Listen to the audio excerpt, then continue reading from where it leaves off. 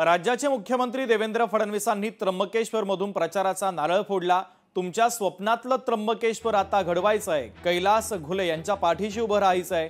मुख्यमंत्री देवेंद्र फडणवीसांनी सभेच्या माध्यमातून मतदारांना साद घातलेली आहे।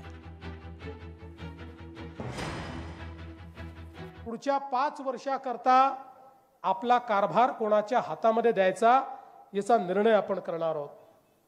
आज मला आनंद आहे की श्री कैलास घुले यांच्यासारखा एक उमेदवार हा आपण त्र्यंबकमध्ये दिलाय, जे अनुभवी आहेत, जे इंजिनियर आहेत, जे यापूर्वीचे अनेक कुंभमेळे ज्यांनी बघितलेले आहेत। या ठिकाणी कैलास घुलेजी असतील, आपली सगळी टीम असेल, यांच्या पाठीशी ताकदीने मला उभं राहायचं आहे आणि आपण काय परिवर्तन घडवू शकतो हे मला दाखवून द्यायचं आहे।